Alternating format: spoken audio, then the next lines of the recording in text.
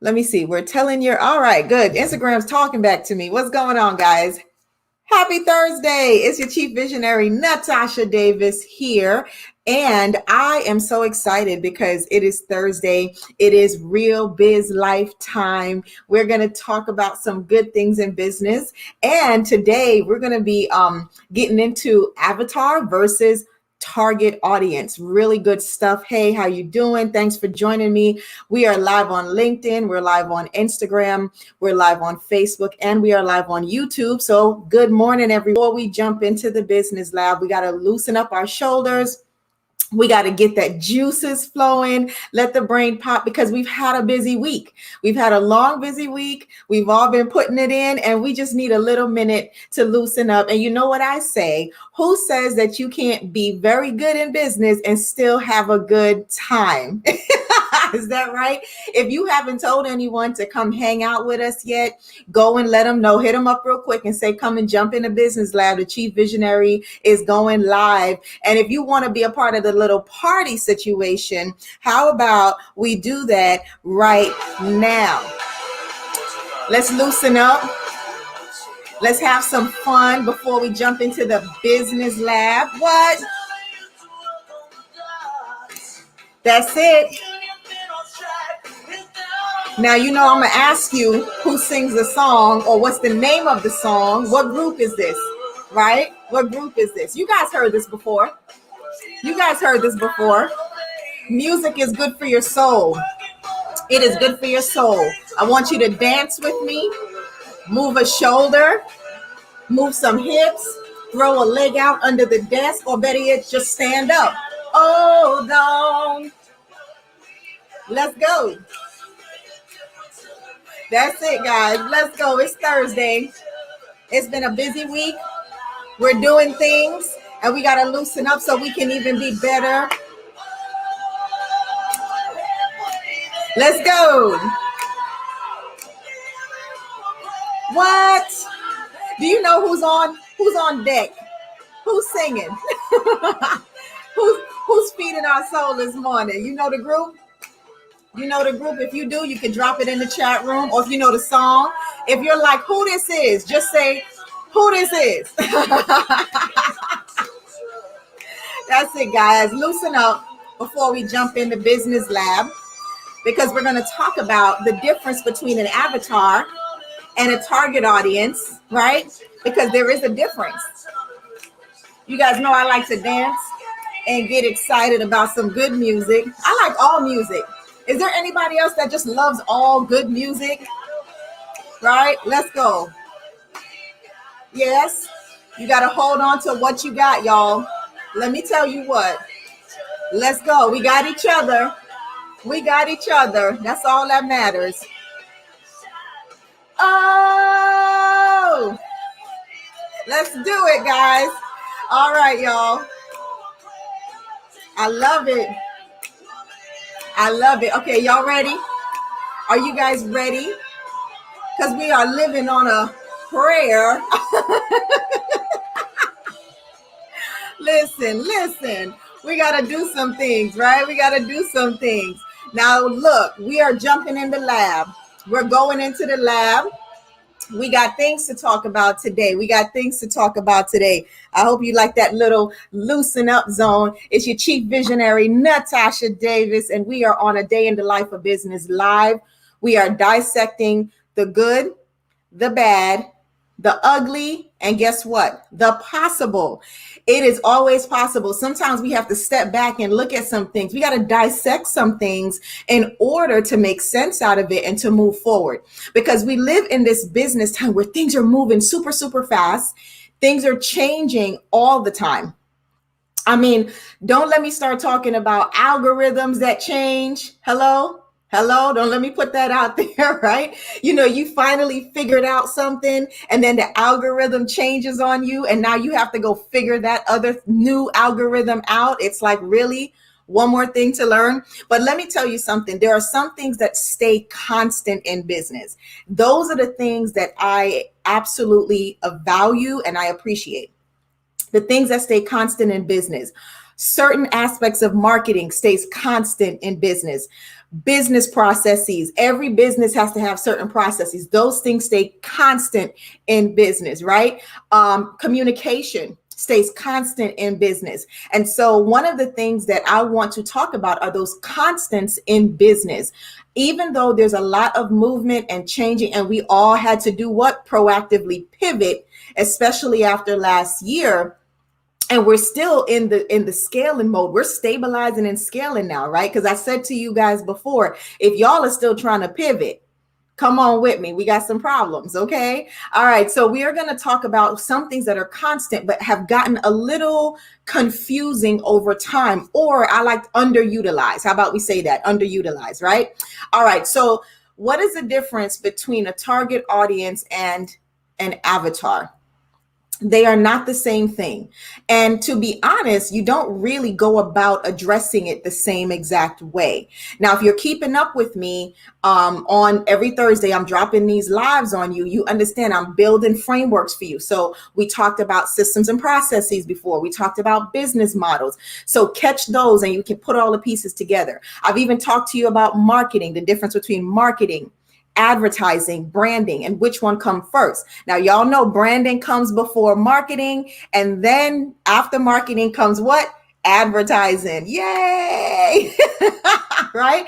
All right, so here we have it. So when we talk about, a target audience and an avatar, the one thing I want you to understand, there is a clear difference. A target audience is more of like a group. It's like a group subset. It's like a group of people. They have similar characteristics, attributes, or behaviors, right? That's a group. It could be an industry. It could be a grouped industry. That's going to be your target audience. So when you think about your business, you say, okay, do I work with insurance companies? Do I work with men? Do I only work with women? Do I work with teens? Do I work with adults? Do I work with single moms? Do I work with single dads? Do I work with families? If you're a realtor, do you sell single family homes? Are you on the residential side? Do you sell commercial? And if you're on the commercial side, are you on like the residential commercial side, right? Or are you in the industrial commercial side? Those are target audiences. Okay, y'all stick with me now. When you start being general, you will have general messages and you'll have a general distribution channel, which means how do I reach them? How do I reach them? Let me tell you, there is such value in niche marketing, in niching down what it is you do. Now, let me talk to you. Avatar. Avatar is a very specific and singular focused identity. It is where that you are able to tell me specifically what the ideal customer looks like. And I can begin to literally close my eyes and I can picture clear as day, right? So it is a singular and very specific identifiable characteristic, a behavior. Your avatar, you're able to identify the specific pain points and their needs. Very detailed description of your ideal customer. If you haven't had the opportunity to do a drill down into who your avatar is, that is something you want to spend time doing now more so than ever. Why? Because the market in every industry, about almost, let me not say that because somebody gonna come for me. That's not true, Chief Visionary. So let me say that. All right, back it up. Let me back it in. Let me reel it in. Most industries have become more saturated as the years have progressed. There are some very unique industries, so they're not as saturated. Like, for instance, if you happen to be a company that procures worms, well, there's not a lot of worm procurement companies out there. There's a good amount, but it's not saturated like that, right? But it is a very specific industry. So therefore, you put 2 or 3 companies that provide that service in that industry, that technically is a form of saturation. That's a lot going on, right? So little things like that. So when we talk about really getting down to the nitty gritty of it, let me explain to you why it's super important to drill down and to understand your avatar. You really should have like a workshop. We do a training with our clients where we get so deep into understanding the avatar. Like, I want to know what your favorite color is. That's how deep we go. What's your color? What size shoe you wear? there. I want to get into it. Why? Because it makes a huge difference. And when you can build a framework or your distribution channels and your messaging around such specification, do you understand that you will close more deals faster? Okay. You won't spend time negotiating with spectators. Hold on to that, because I'm going to circle back and I'm going to bring some clarity to that. Or I'm going to let you hold on to that one real quick. Hold on to that. So in today's world, in business, when I'm talking about saturation, do you understand that on average, we as people are exposed to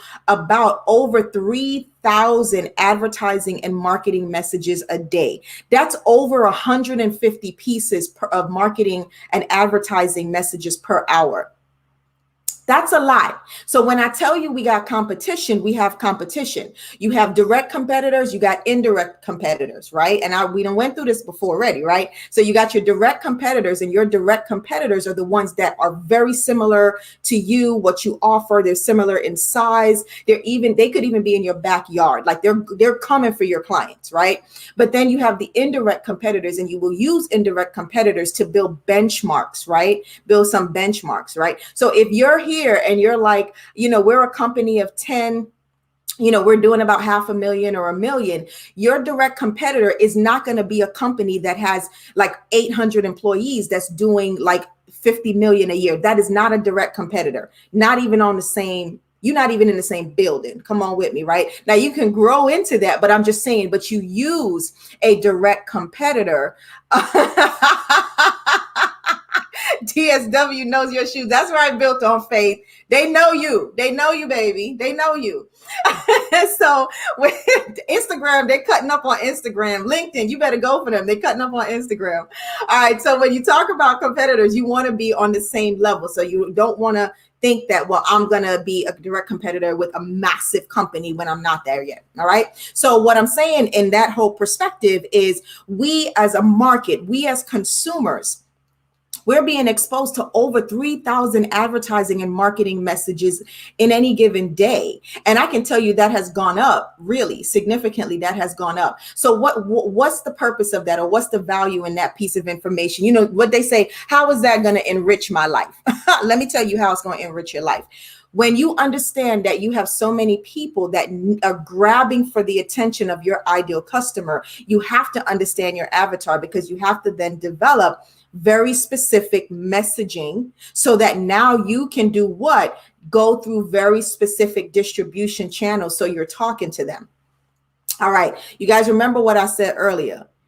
You don't want to spend all this time with a bunch of spectators because they're never going to buy. You understand, you want to know the difference and be very clear. You want to have a keen eye to know you have a lead, you got a prospect, and you got spectators.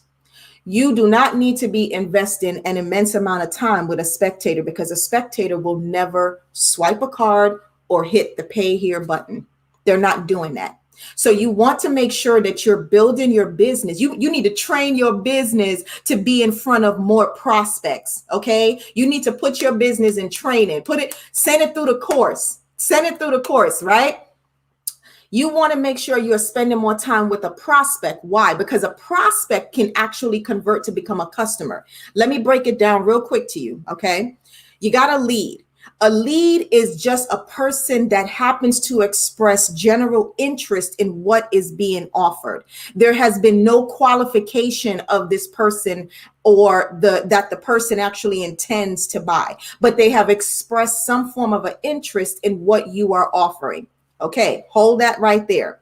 Then you turn over here and you have a prospect. Okay, a prospect is actually someone that you have qualified as a potential client, which means we've had some form of a communication, whether it was by email or by text or by phone or face-to-face. We've had some form of a qualifying conversation that let me, the seller, know that you, the buyer, what you want. Meaning I have a solution for the problem that you have on the table. Work with me now. Are y'all seeing this? Let me tell you, I get excited. I love this stuff. So when you have a prospect, your prospect has said, okay, here's what my problem is. So you're telling me you have that solution. Okay, now when you marry a solution to a problem, you got a prospect. Now, once you have a prospect, it is your job, seller, to show the prospect the value in becoming a customer. A spectator is just what it is. Let me just see what you have. They'll watch, they'll read, but they'll never transact. Okay, they'll never transact. So there's a lead.